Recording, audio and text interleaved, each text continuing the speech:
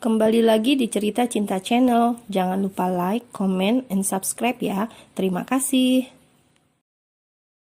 Mama lihat si naga tak seperti ayahnya. Jangan bicara omong kosong, Ra. Sentak Nyonya Surya.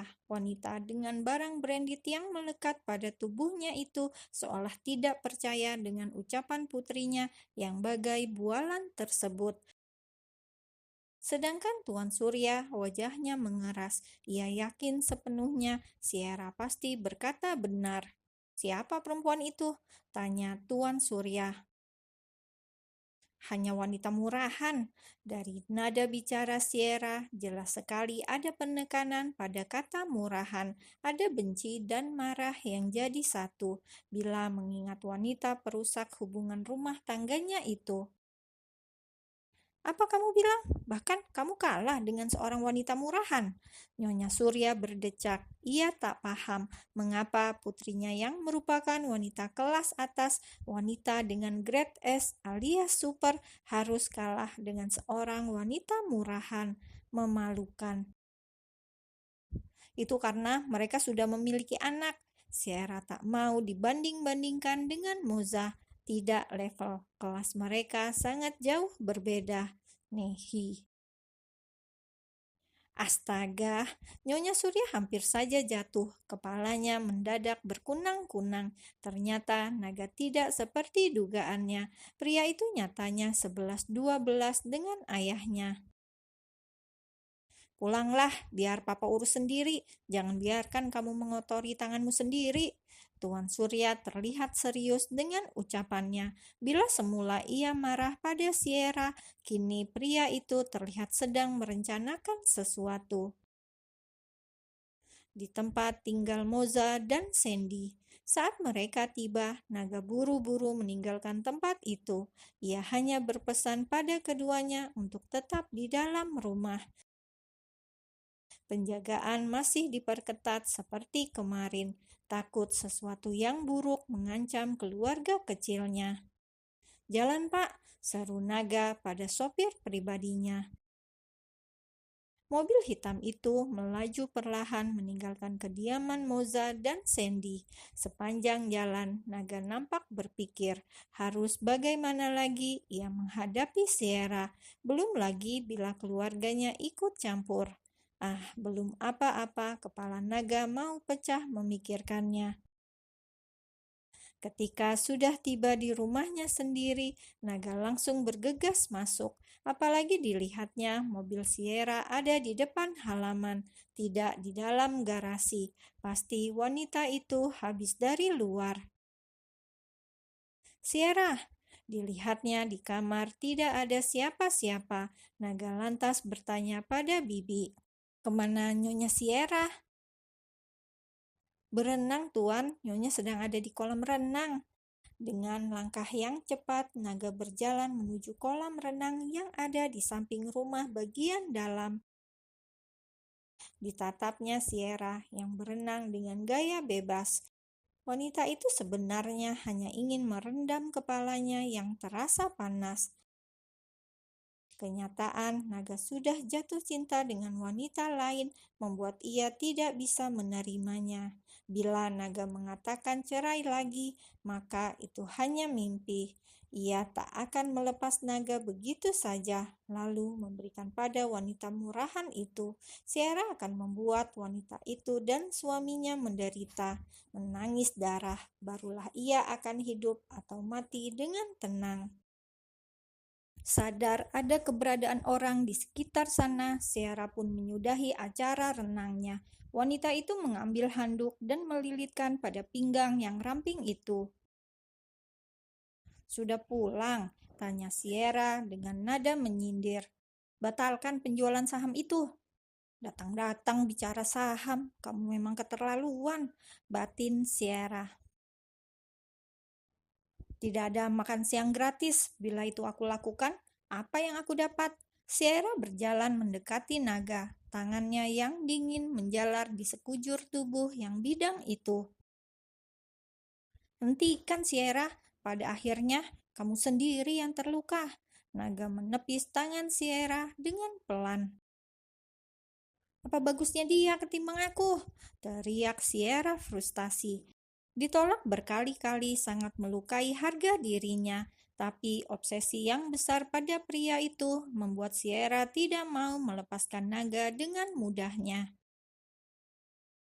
Ayolah Sierra, kau bahkan tahu perjodohan ini tidak berdasar cinta sebelumnya. Untuk apa kamu bertahan? Aku tidak mau melukaimu lebih dalam. Terus, Mas mau kita pisah? Jangan harap, tunggu saja, Mas akan mengemis padaku. Dengan gusar, Sierra berjalan meninggalkan naga yang tertegun.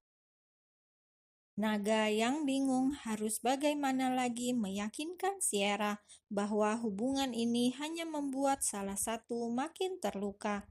Ia pun mengusap wajahnya dengan kasar. Lelah sekali menjadi dirinya.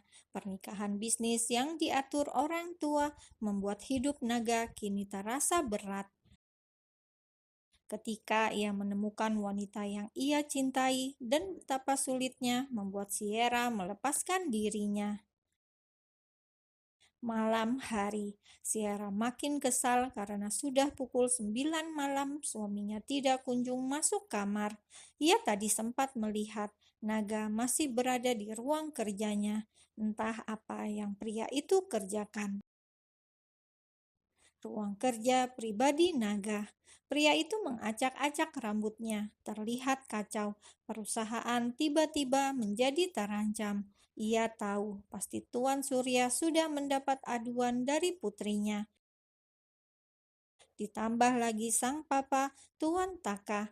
Pria itu terus-menerus menghubungi naga, memarahi putranya yang tak becus menjalankan bisnis keluarga.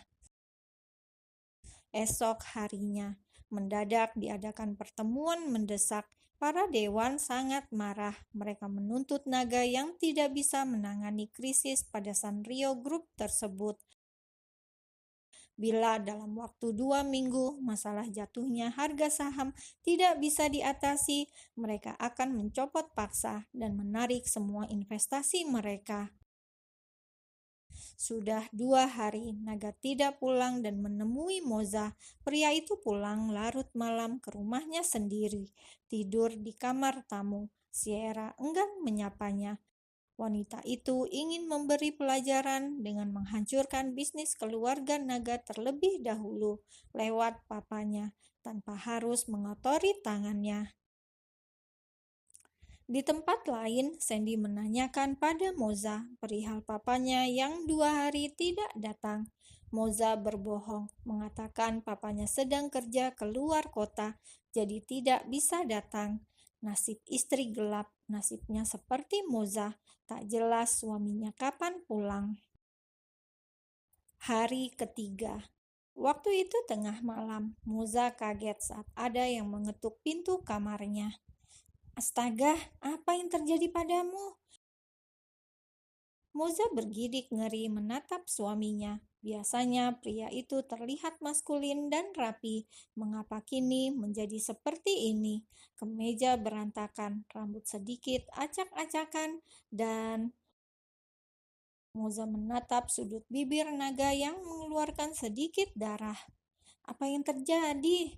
Moza mengusap bibir naga dengan sedih. 3 hari tak bertemu, ada rindu yang tak dikenali, memaksa masuk tanpa permisi. 2 orang itu saling menatap. Ada riak sendu yang terkandung dalam mata kedua insan tersebut. Kau orang kaya bukan? Mengapa mudah sekali kau dipukuli? Suara Moza terdengar bergetar. Ia masih menyentuh wajah naga. Naga hanya diam. Apa ini karena aku lagi? Yakin pasti ini karena dirinya. Moza perlahan mundur. Hadirannya selalu menjadi petaka bagi naga. Bukan karenamu. Akhirnya pria itu bisa bicara juga, meski sedikit sakit karena rahangnya sempat menerima bogem mentah sebelum ia pergi kemari. Ini karena diriku sendiri, aku yang tak bisa melepasmu. Naga pun melangkah sedikit lebih dekat. Tangannya meraih dagu Moza. Ia merendahkan wajah agar bisa menyentuh bibir itu lebih dekat. Detik berikutnya terdengar suara sesapan demi sesapan, keras dan menuntut, membuat jiwa yang semula sendu berubah menjadi memanas dan berkobar.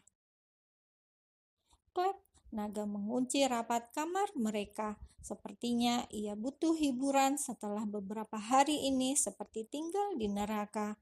Waktunya mengunjungi surga dunia.